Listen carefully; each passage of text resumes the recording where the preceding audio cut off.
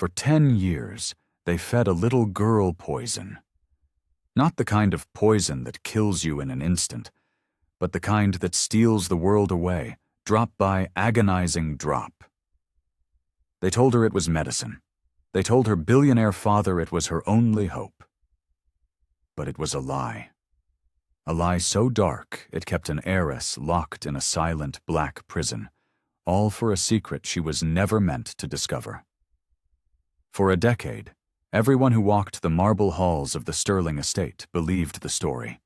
Serafina Sterling, the sole heir to a tech empire, was born into a world of absolute darkness, completely and irreversibly blind. No one questioned it.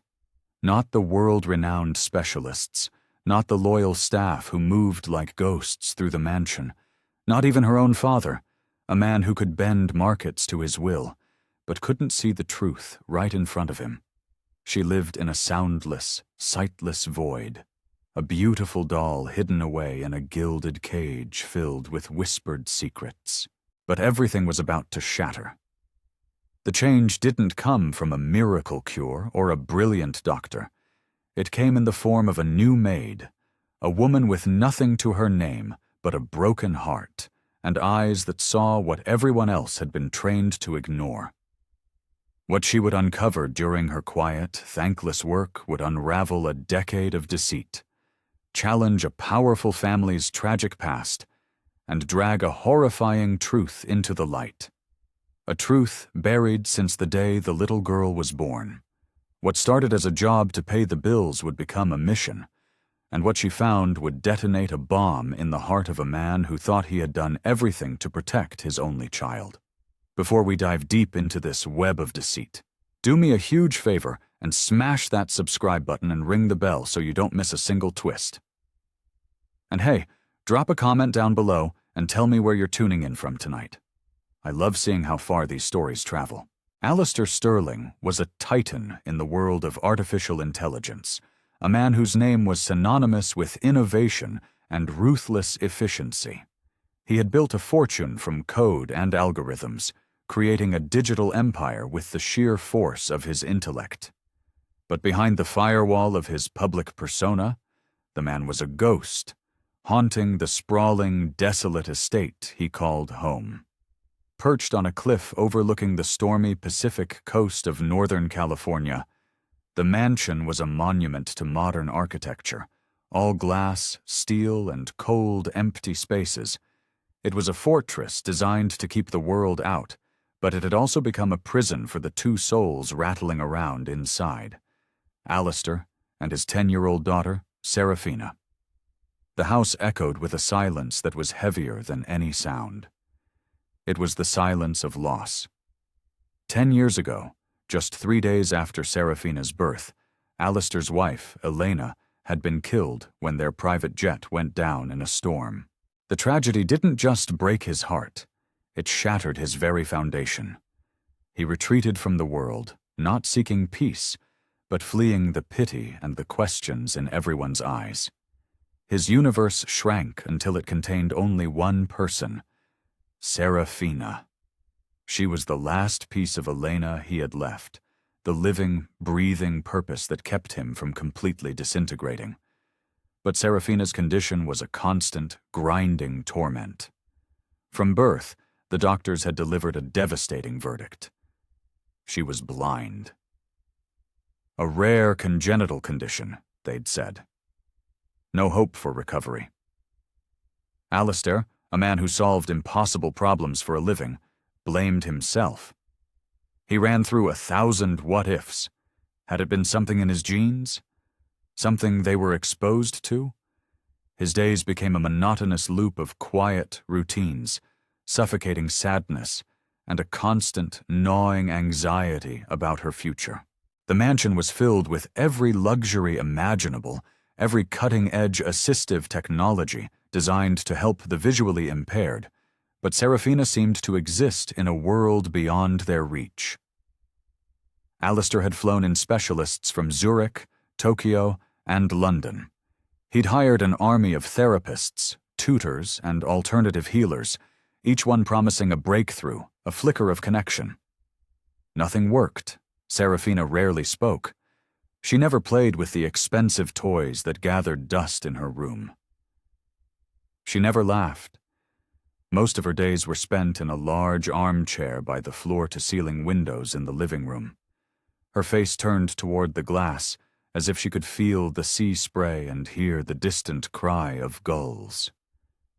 Her eyes, a startling shade of violet just like her mother's, were always vacant, staring into a space no one else could see.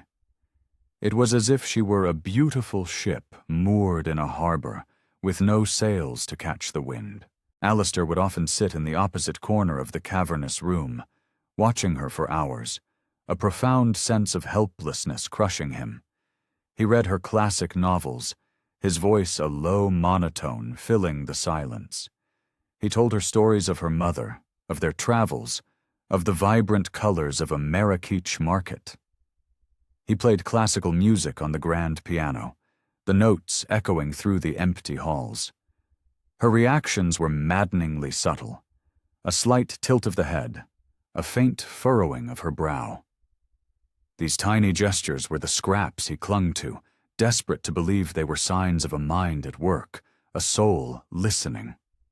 He constantly wondered if she even knew who he was, if his presence registered as anything more than a familiar sound, a familiar scent.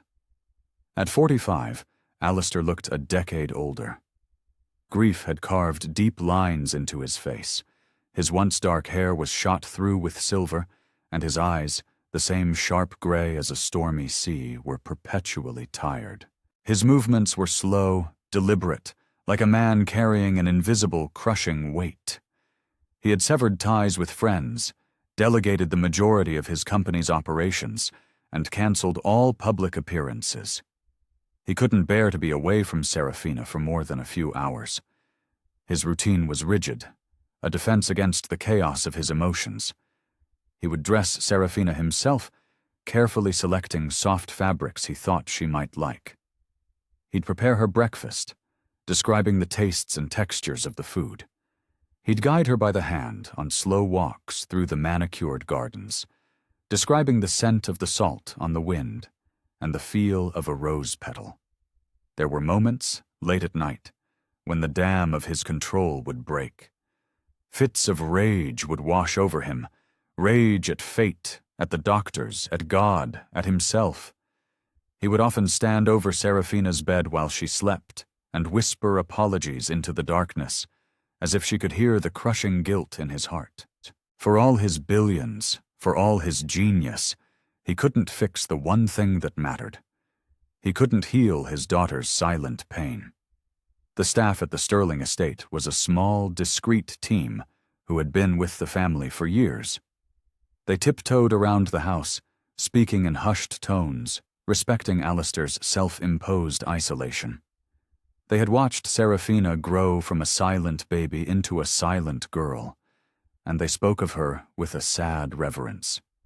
They'd share little observations among themselves, the way she would sometimes hum a soft, aimless tune at night, or how she always reached for the same worn-out stuffed rabbit before sleeping. But to Alistair, these were just flickers in an endless night. He craved more. He wanted a sign, a word, a smile that showed she was truly there, inside her own mind. Sometimes he'd sit beside her for an entire afternoon, just talking, telling her about a new AI breakthrough, about memories of Elena, about the ships he could see on the horizon. He hoped one word, one phrase, would be the key to unlock her. But Serafina remained a beautiful, inscrutable mystery, occasionally nodding or turning her head, leaving him to wonder what it all meant. The mansion itself had become a mausoleum. It was built for a family, for laughter and life, but it held only two lonely people. Every room was a shrine to a hope that had died. The nursery remained untouched, exactly as Elena had designed it. Walls painted with soft clouds and whimsical animals, a rocking chair still waiting by the crib. Alistair hadn't moved a single object since the crash. Sometimes he would just stand in the doorway, drowning in memories he couldn't let go of. Serafina had never shown any interest in the room. She didn't explore, didn't ask questions. Alistair had resigned himself to this strange, muted existence. But somewhere, buried deep beneath the layers of grief and despair, a tiny ember of hope still glowed. He read every new medical study on childhood neurology.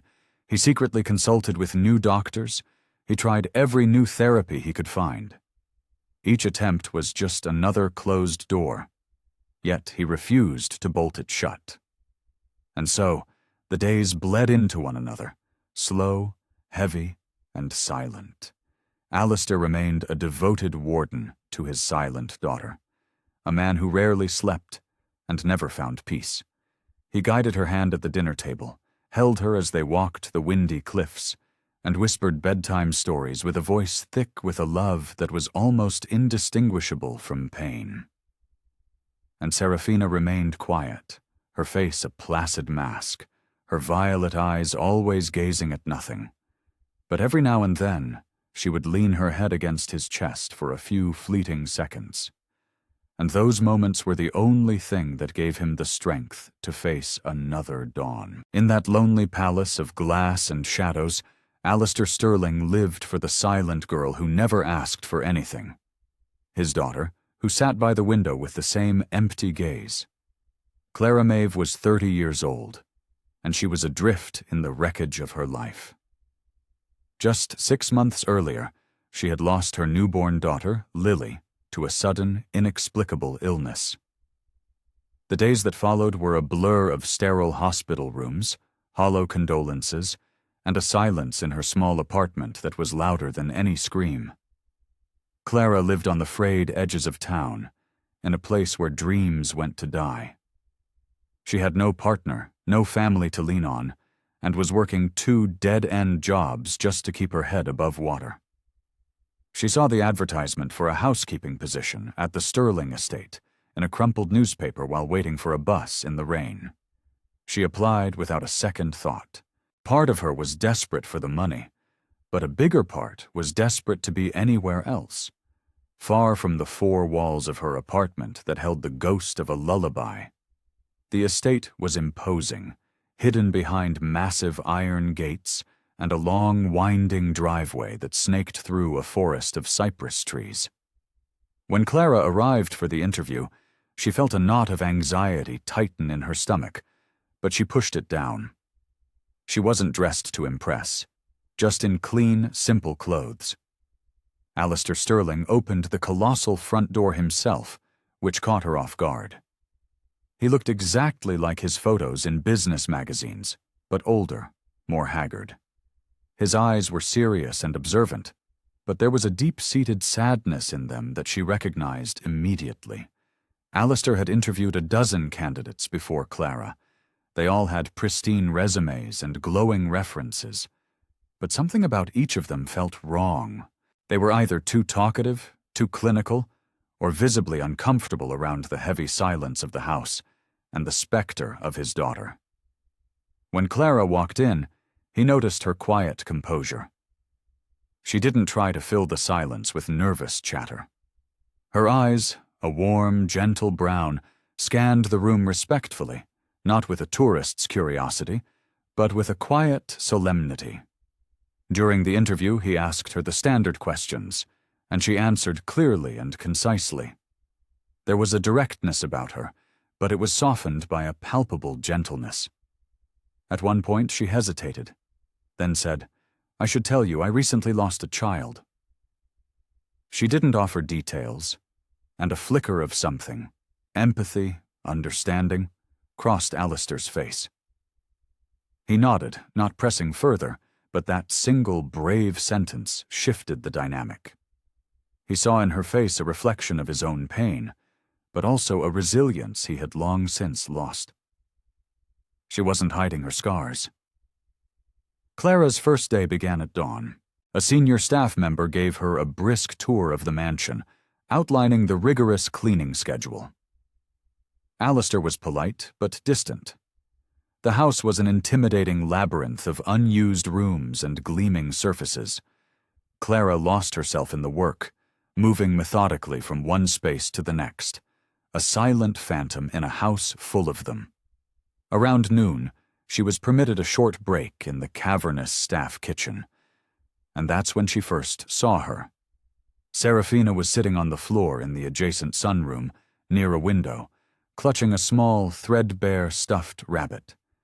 Her head was tilted slightly, her expression distant, almost blank. Clara stopped in the doorway, watching for a moment. She had never seen a child so perfectly still, so contained.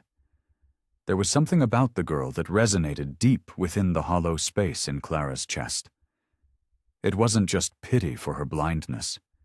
It was the profound loneliness that radiated from her small frame. Clara didn't say a word. She just sat down quietly on a stool across the room and ate her sandwich. Even without an exchange, she felt it. This child was different. It wasn't just blindness. It was isolation. In the following days, Clara settled into her routine. She was meticulous in her work, never prying, never asking unnecessary questions. She cleaned, she organized, she followed her instructions to the letter. But all the while, she was observing. She started to notice tiny details about Serafina that the others seemed to miss.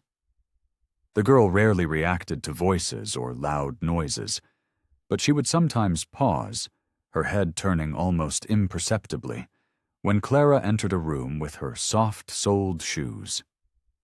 Once, while dusting a high shelf, Clara dropped a feather duster. The soft whoosh and gentle thump on the carpet made Serafina flinch, a tiny, almost invisible tremor. Clara whispered an apology, even though she knew the girl couldn't see her. Over time, Clara realized that Serafina responded most to calm, steady rhythms and soft sounds. She also saw how the other staff members kept a respectful, almost fearful distance from the child, careful not to disturb her fragile peace. Clara, however, felt an inexplicable pull toward the girl. She didn't see a broken thing to be fixed. She saw a child who needed more than just care. She needed a connection, and Clara, still crushed by the weight of her own loss, felt the first stirrings of a new purpose taking root in her heart. One afternoon, while Clara was folding fresh linens in the upstairs hallway near Serafina's room, she heard it. A small, faint sound, a quiet, melodic hum. Curious, she stopped and listened intently. It was Serafina. She was sitting on the floor just inside her doorway, humming a tune that seemed to have no beginning or end. Clara didn't interrupt. She simply sat on the floor nearby, continuing her task. After several minutes, the humming stopped. Then, Serafina slowly began to crawl out into the hallway, her small hands sweeping the air in front of her, searching for the wall. Without thinking, Clara stood up and silently offered her hand. Serafina's searching hand froze mid-air, hovering near Clara's. Then, with a delicate, cautious movement, she touched her fingertips to Clara's. The contact was brief, electric. Clara didn't speak, didn't breathe. In that silent touch, a message was passed. It felt like trust, or at the very least, a flicker of curiosity. From that day on, Clara made a point of working near Serafina more often, not to intrude, but simply to be a quiet, steady presence. Alistair noticed. Though Clara never said a word about it, he saw a subtle shift in his daughter. She no longer spent all her time cemented to the chair by the window. Sometimes she would sit in the hallway or near the kitchen, in the same general area where Clara was working. One evening, Alistair stopped Clara as she was leaving. "How are things going?" he asked, his voice low. She answered honestly. "She reminds me of someone I lost," Clara said, her voice soft. "But I don't want to replace anyone. I just want to help." Alistair didn't reply immediately. He studied her face for a long moment, then gave a slow, deliberate nod. He was not a man who trusted easily, But he saw no guile in Clara. There was no pity in her actions, only quiet attention and a genuine, unvarnished care. That night, after Clara had retired to her small room, Alistair stood outside Serafina's door.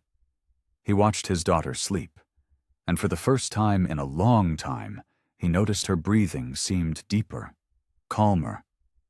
Clara's arrival hadn't magically fixed anything, but a stone had been dropped into the still, stagnant pool of their lives, and the ripples were just beginning to spread. Clara was quietly dusting the bookshelves in Serafina's room, moving with the practiced grace of someone trying to be invisible. She always made a point not to disturb the girl, especially when Serafina was in her usual corner, clutching the same worn-out stuffed rabbit. Clara had learned that the girl seemed to prefer the predictable hum of the house to any direct interaction. But on this particular day, as she reached to wipe down a low wooden chest, she froze. She heard a soft sound, a murmur, almost too faint to be real. At first, she dismissed it as the wind. She turned slightly to look at Serafina. The little girl was rocking gently, hugging the rabbit tightly to her chest, her lips moving. She was whispering something. Clara leaned in, just a fraction, straining to listen. Serafina's voice was a slow, fragile thread of sound, but it was there. She wasn't just making noises. She was forming words, though they were too jumbled to understand. Clara held her breath, not wanting to break the spell. Her gaze fixed on Serafina's face, and something in the girl's expression sent a jolt through her. It was emotion. Subtle, but undeniable. This was not the blank, disconnected child everyone described. There was a whole world churning just beneath that placid surface. Clara slowly backed away and sank into a small armchair near the dresser. From this vantage point, she could observe without being intrusive. As Serafina continued to whisper to her rabbit, Clara noticed something else. Something she'd seen before but hadn't truly processed. The girl's head moved with microscopic precision in response to every sound. The creak of a floorboard upstairs, the rustle of a curtain in the breeze, the distant whine of the gardener's leaf blower. Serafina reacted to it all with the subtle, precise movements of a radar dish. Her hearing was so acutely tuned, it seemed she could map the entire mansion just by listening. Clara watched in fascinated silence, her mind racing. The girl's reactions felt too sharp, too oriented for someone who had only ever known darkness. Slowly, Clara rose and walked across the thick Persian rug. Before she was halfway across the room, Serafina's head had already turned in her direction. The girl didn't speak, but she had tracked the movement perfectly.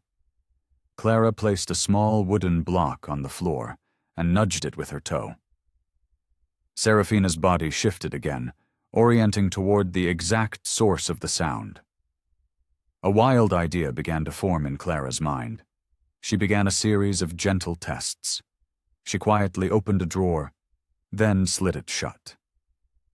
She took a soft step, then a harder one. Each time, Serafina reacted. It was always small, a twitch of an ear, a tilt of her chin, but it was always flawlessly accurate. Clara wondered if it was just her hearing, or if something else was at play. She gathered a few of Serafina's toys. Some made noise, others were purely textural. But one, a simple plastic star, had a button that made it flash with colored lights. She turned it on, aiming it at the wall. Serafina didn't respond. Of course, Clara thought, she's blind. But then, as Clara pulled out her phone to check the time, her thumb accidentally activated the flashlight. The bright beam cut across the room, sweeping in front of Serafina's face for a fraction of a second. In that instant, Clara saw it. A flicker.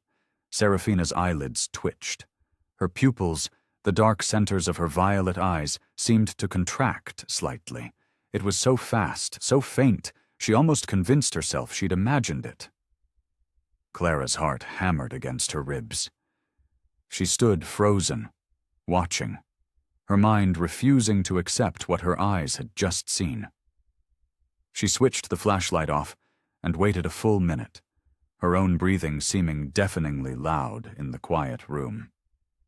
Then she turned it on again, this time intentionally waving the phone from side to side in a slow arc in front of Serafina's face. The girl's head remained still, but her eyes flickered again, a subtle, jerky movement, as if they were trying to track something they couldn't quite grasp. It wasn't a strong, focused gaze, but it was a reaction, a definite reaction to the light. Clara took a tentative step closer and repeated the motion. Serafina's expression remained unchanged, but her eyes moved again, following the path of the light for a split second before returning to their vacant stare. Clara stumbled back and sat down heavily on the armchair, a wave of confusion and shock washing over her. Was it possible? Could Serafina see something? Even just a glimmer of light? Clara wasn't a doctor, but this was not the response of a person who was completely blind. It made no sense. The diagnosis had been absolute. She forced herself to think logically. Maybe it was an involuntary reflex, a trick of the light. But she had spent weeks around Serafina, studying her every micro-expression. She knew the difference between a random twitch and a direct response. And this felt real. A sudden, icy chill snaked down her spine. She looked at Serafina, who was now sitting quietly again, her fingers tracing the worn seams of the rabbit's ear. The girl seemed utterly oblivious to the monumental event that had just occurred. Clara was torn. What should she do? Run to Alistair and risk giving him a devastating false hope? Or wait, test again, be absolutely certain? 1,000 possibilities, 1,000 fears swirled in her head. She couldn't ignore what she had seen. It wasn't just a feeling. It was a physical reaction, something that defied a decade of medical certainty. Okay, I have to pause here because my mind is blown. What would you do in Clara's shoes? Would you confront the billionaire father right away? Or would you try to gather more undeniable evidence first? Let me know your honest thoughts in the comments. And if you're getting chills right now, make sure you've hit that like button to let me know you're with me on this journey. Clara switched off the flashlight and shoved the phone deep into her pocket. She sat in silence, just watching Serafina for several more minutes. The little girl began her soft whispering again, hugging her rabbit close. Clara stayed there, feeling a strange, potent cocktail of fear, curiosity, and something she hadn't allowed herself to feel in a very long time. Hope. For the first time, it felt like a different future might be possible, a future no one had dared to imagine. As the room fell quiet, Clara finished her dusting, her mind still reeling. Before leaving the room, she took one last look at Serafina.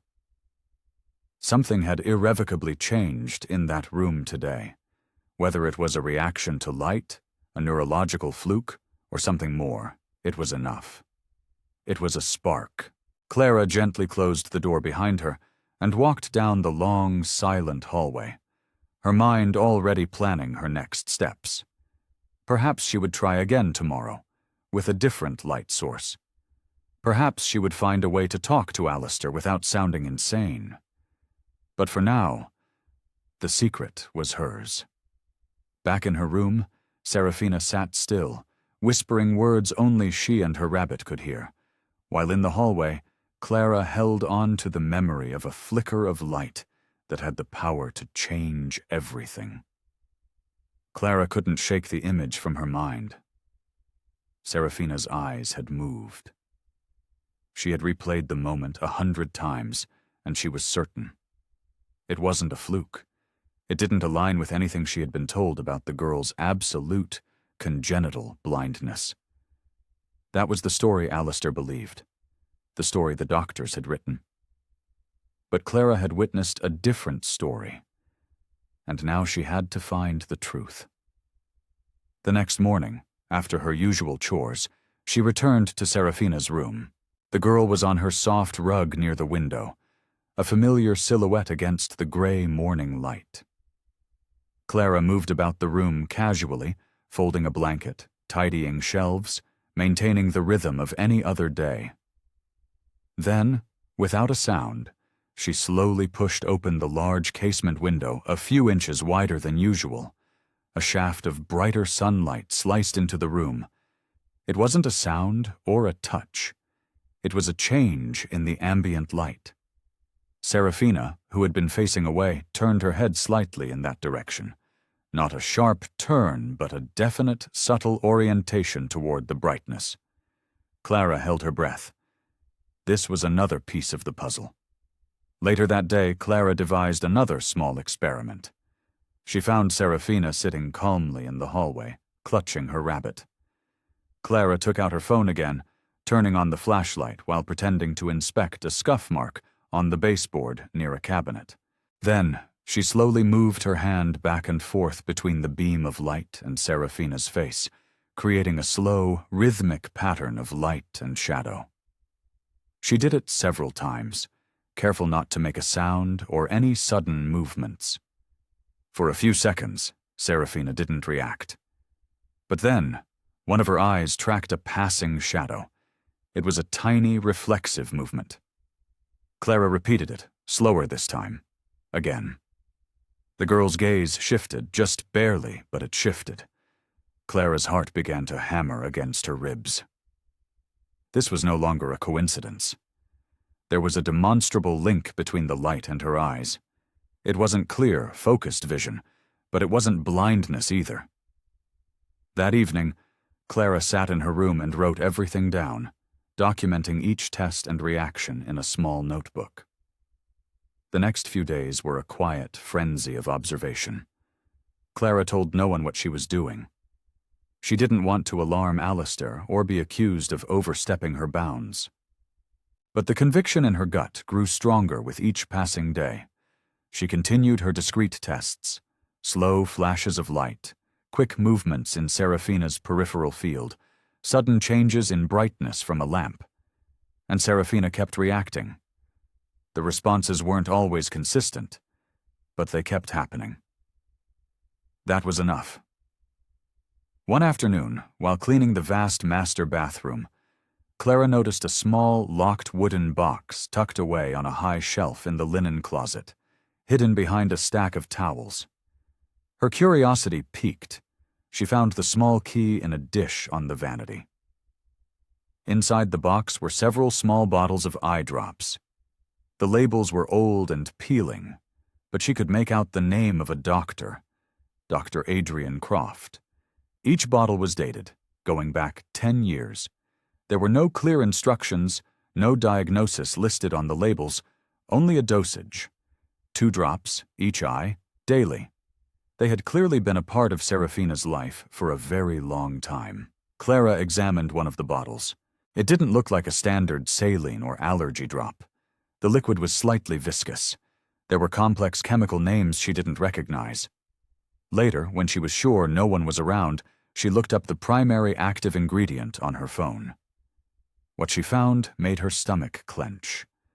The compound was a potent cycloplegic agent, used in ophthalmology to temporarily paralyze the focusing muscles of the eye and dilate the pupils, usually for examinations. In high, prolonged doses, especially in a developing child, medical articles and forums warned it could severely inhibit the eye's natural response to light and could, in some rare cases, mimic the symptoms of blindness. There was no clear medical reason why a child born blind would be on such an aggressive, long-term regimen. A terrible thought began to form in Clara's mind. Could the drops have been suppressing what little vision Serafina had all along? Was this a catastrophic medical error, or something far, far worse? Clara couldn't be sure yet, but she knew one thing. This wasn't normal. She carefully placed the bottles back in the box, locked it, and put it exactly where she had found it. But now her concern had morphed into a terrifying suspicion. That night, sleep offered no escape. Clara lay awake, staring at the ceiling, her mind a whirlwind of questions. She didn't want to make baseless accusations. Maybe there was a legitimate, complex medical reason for the eye drops. But if Serafina could perceive light and shadow, even faintly, then Alistair deserved to know. He was a protective, grieving father who had placed his absolute trust in the medical establishment. Approaching him with a half-formed conspiracy theory could shatter him. Yet, keeping this secret felt like a betrayal of the silent, trusting girl in the next room. Serafina deserved a real chance. Clara felt a profound sense of responsibility for her, a connection that went far beyond her duties as a maid. She decided to continue her observations for a few more days, documenting everything with meticulous detail. Then she would have to find a way to tell him. But in her heart, she already knew. Something had been missed. Something had been hidden. Serafina's reactions weren't random. They were clues, and Clara had to follow them, no matter how dark the path became. Clara waited long enough. After a week of silent tests, detailed notes, and watching Serafina react to light and shadow, she felt she was ready. The quiet doubt had grown into a roaring conviction. She had to know for sure. She waited for the perfect moment, late in the evening when the house was still. The other staff had retired, and Alistair was sequestered in his office. Clara found Serafina on the rug in her room, gently rocking her stuffed rabbit. The girl seemed calm, her usual distant expression on her face. Clara knelt across from her, her heart pounding a frantic rhythm against her ribs.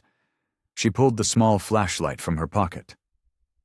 "Serafina," she said, her voice barely a whisper. "I'm going to shine a little light. Can you tell me if you feel anything?" Serafina didn't respond, but she didn't pull away. Slowly, with a trembling hand, Clara raised the flashlight and aimed the beam directly into Serafina's eyes. For a few agonizing seconds, nothing. Serafina's violet eyes remained wide, unblinking, and a wave of despair washed over Clara. Maybe she had been wrong all along. But then it happened. Serafina blinked, a slow, languid blink, as if she were confused. Then she blinked again, faster this time, a clear reaction to the brightness. Clara's breath hitched in her throat. She held the light steady, leaning forward. "Serafina, can you feel that?" she whispered. The silence in the room was absolute. Serafina tilted her head, her brows knitting together in concentration. Then, in a small, fragile voice she hadn't used in years, she uttered 5 words that shattered the world. "I think I saw a star. Mommy." The words were hesitant, broken, as if she were pulling them from a place long forgotten. Clara froze, the flashlight clattering to the floor. It wasn't just the possibility of sight. It was the name. Mommy. A word Serafina had never spoken, a ghost she had never known. Tears instantly welled in Clara's eyes. That single word cracked open the dam of her own grief. All the pain she had carried since losing Lily came rushing back, but this time it was mixed with a powerful, overwhelming sense of purpose. Serafina had reached out, not just with her senses, but with her heart. This was no longer a test. It was a connection. Clara didn't know if the girl had somehow confused her with the mother she'd never met, or if the word had simply bubbled up from her subconscious. But it didn't matter. She scrambled forward and gently placed a hand on Serafina's shoulder. "I'm here," she choked out, her voice thick with emotion. "You're safe." Serafina didn't flinch. She leaned forward slowly, tentatively, until her head rested against Clara's chest. It was a small, simple gesture, but it was everything. It was trust. It was a beginning. Clara held the small, trembling girl, her mind racing. What did this mean? How much could she see? And what in God's name were those eye drops doing to her? She didn't have the answers, but she had something more important. A resolve forged in fire.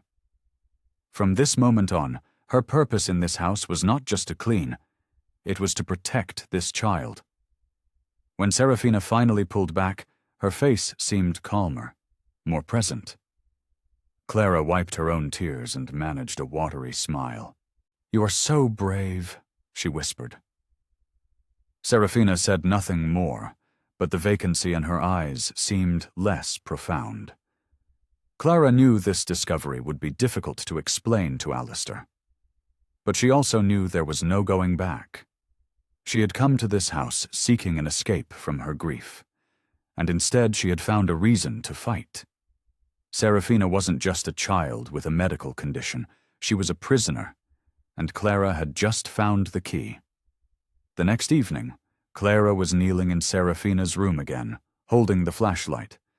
She had to be sure. She aimed the light, and just as before, Serafina blinked and turned her head toward the brightness. But before Clara could react, a voice boomed from the doorway. "What in God's name are you doing?" It was Alistair. He stormed into the room, his face a mask of thunderous rage and disbelief. "What is that in your hand?" he yelled, his voice echoing in the large room. Clara scrambled to her feet, trying to explain, but he snatched the flashlight from her. "Are you performing experiments on my daughter?" he roared, his eyes blazing. But before Clara could utter a word, something impossible happened. Serafina, the girl who never moved with purpose, stood up on shaky legs and ran. She ran straight to Clara, wrapping her small arms around her waist and clinging to her tightly, her body racked with tremors. Alistair was thunderstruck. He stared, speechless. He had never seen his daughter initiate contact, never seen her move with such intention. "Serafina?" he breathed, his anger instantly evaporating, replaced by utter confusion. The girl stayed buried in Clara's side for a moment. Then, with a small, shaking voice, she said the words that changed the world. "I saw the light." Alistair blinked. What did you say?" he stammered. Serafina turned her head toward the sound of his voice, and repeated louder this time. "I saw the light." Clara remained silent, letting the moment hang in the air. Alistair looked from his daughter clinging to the maid, to the flashlight on the floor, his entire world tilting on its axis. A decade of certainty had just been demolished by 4 simple words. Slowly his gaze met Clara's. He didn't understand, but he saw the truth in her eyes. In a low, hoarse voice, he gave his first command in a new reality. "Stop the eye drops, now." The days that followed were a quiet revolution. As per Alistair's order, the daily ritual of the eye drops ceased. The first day, nothing much changed. But by the second, a visible shift had begun. Serafina started turning her head toward the windows more often, not just as a habit, but as if she were drawn to the sunlight. Clara started leaving the curtains open all day, and Serafina would sit for long stretches, her face bathed in the light. Alistair watched from the doorway, a silent, stunned spectator to the miracle unfolding in his own home. Later that week, Clara sat with Serafina with large, high-contrast flashcards, a black circle, a square, a triangle. At first, Serafina showed no reaction, but then, after a long, silent moment, she slowly lifted a hand and pointed a small finger directly at the circle. A quiet gasp escaped Clara's lips. Alistair, who had been watching from across the room, stepped closer, his voice a disbelieving whisper. She saw that. Each day brought a new breakthrough. The progress was painstaking, but it was real. Clara worked with Serafina patiently, using simple visual games. One afternoon, she placed 3 brightly colored toys in front of her. Without a word, she nudged the yellow duck. A slow, wondrous smile spread across Serafina's face for the first time. Then, she pointed right at it. Alistair was nearby, and he simply sank into a chair, his eyes filled with a decade's worth of unshed tears. "She's choosing," he said quietly. That night, Serafina sat by the window and began asking questions. "What color?" she asked, pointing a finger toward a blue blanket. It shocked them both. Clara answered softly, and a dam seemed to break. Serafina began pointing at everything, asking the same simple question. Alistair stood in the doorway, a man witnessing the dawn after a lifetime of night. He was beginning to believe. One morning, Serafina walked toward a sunbeam slanting across the hallway floor. She didn't stumble. She moved with a new confidence, reaching her hand out to touch the light. "I don't understand how we missed this," Alistair said, his voice raw, but it no longer mattered how. All that mattered was what came next. Her smiles grew more frequent. She started looking at faces, her eyes trying to piece together the features. By the end of the week, the oppressive silence of the mansion had been replaced by the soft sounds of discovery. Laughter, questions, the scribble of crayons on paper. It all began the day she said, "I saw the light."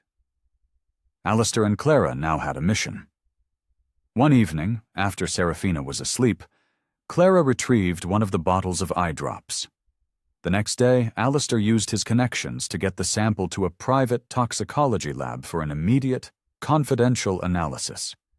The results came back in 48 hours.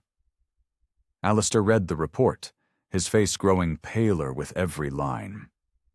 Clara watched as his hands began to shake, his knuckles turning white as he gripped the paper. "It's a chemical called cyclopentylate," he said, his voice dangerously quiet. "In this concentration, the report says it's designed to induce prolonged pupillary paralysis. It mimics blindness."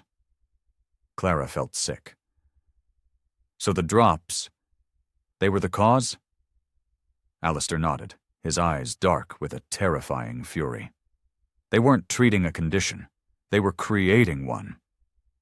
He looked at the original prescription label again. Dr. Adrian Croft. The name hung in the air like a death sentence. Alistair's fury was cold and methodical. He hired a team of private investigators. They discovered that Dr. Croft's medical license had been suspended years ago after a series of malpractice lawsuits, all quietly settled out of court. The cases all involved children with vision problems and questionable prescriptions. The man had vanished. As they dug deeper, a more sinister picture emerged. The investigators found encrypted financial records linking Dr. Croft to a shadowy pharmaceutical subsidiary. He hadn't just been a negligent doctor. He had been conducting unauthorized, illegal trials on his young patients, using them as human guinea pigs for an experimental compound, with Serafina as his longest-running subject. He had chosen the daughter of a reclusive, grieving billionaire, a father too broken to ask the right questions. When Alistair and his lawyers decided to go public, the blowback was immediate and vicious. Anonymous articles appeared online, painting Alistair as a negligent father who had isolated his child. Clara received threatening text messages. Some secrets are better left buried. But it was too late. The truth was out. Amidst the media storm, something beautiful was happening inside the mansion. Serafina was blossoming. A new team of specialists confirmed she had partial, functional vision. With therapy, she could learn to process the world around her. Julia and Alistair filled her days with color and light. One afternoon, Clara gave her a box of crayons. Serafina touched each one and then picked up the yellow. Her first drawing was a shaky, uneven line, but it was a beginning. She held it up proudly. "Is it good?" she asked. Alistair knelt beside her, his voice thick with emotion. It's a masterpiece. The drawing became the first of many. She drew the sun, the sea, Clara's smiling face. The walls of the mansion, once bare and cold, were now covered in her vibrant, joyful art. Her progress became their shield against the ugliness outside. They had found their purpose. The legal battle was grueling, but the evidence was irrefutable. Dr. Croft was eventually located living under an assumed name and arrested. His trial became a national sensation. Other families, emboldened by Alistair's fight, came forward. The pharmaceutical company was exposed, its executives charged. Julia testified, her voice clear and steady, telling the world how a flicker of light had unraveled a decade of darkness. When the guilty verdict was read, a quiet sense of justice settled over them. It wasn't a celebration. It was the closing of a painful chapter. Years passed. The mansion was no longer a place of sorrow, but a home filled with life and art. Serafina, with the unwavering support of Clara and Alistair, thrived. She enrolled in school, made friends, and discovered a profound passion for painting. Her art became her voice, a way to translate the world she was seeing for the first time. Alistair, a changed man, stepped back from his company to be present for every moment. A quiet, powerful love had grown between him and Clara, a bond forged in a shared fight for the little girl who had saved them both. They married in a small ceremony in the garden, with Serafina as the only guest. When she was 21, Serafina held her first solo art exhibition. The gallery was filled with canvases that exploded with color and emotion. The centerpiece was a painting titled First Light. It depicted not a sun or a star, but the silhouette of a woman holding a small light, her face gentle and hopeful. At the end of the night, Serafina stood before the crowd. Her voice, once a timid whisper, was now calm and confident. "People often ask me about the first thing I ever saw," she said, her violet eyes finding Clara in the crowd. "They expect me to talk about the color yellow or the shape of the sun. But the truth is, the first real light I ever saw didn't come from a flashlight. It came from a heart. It came from the woman who refused to believe in the darkness. It came from my mother." She pointed to Clara. The room erupted in applause. Alistair wrapped his arm around his wife's shoulders, and together they watched their daughter, no longer a silent girl in a dark room, but an artist who had painted her own future, a future full of brilliant, dazzling light. And that, my friends, is the incredible story of Serafina Sterling. Thank you for staying with me until the very end. Your support means the world. What part of this journey hit you the hardest? Let's talk about it in the comments. Don't forget to subscribe for more stories that will keep you on the edge of your seat. We'll see you in the next one.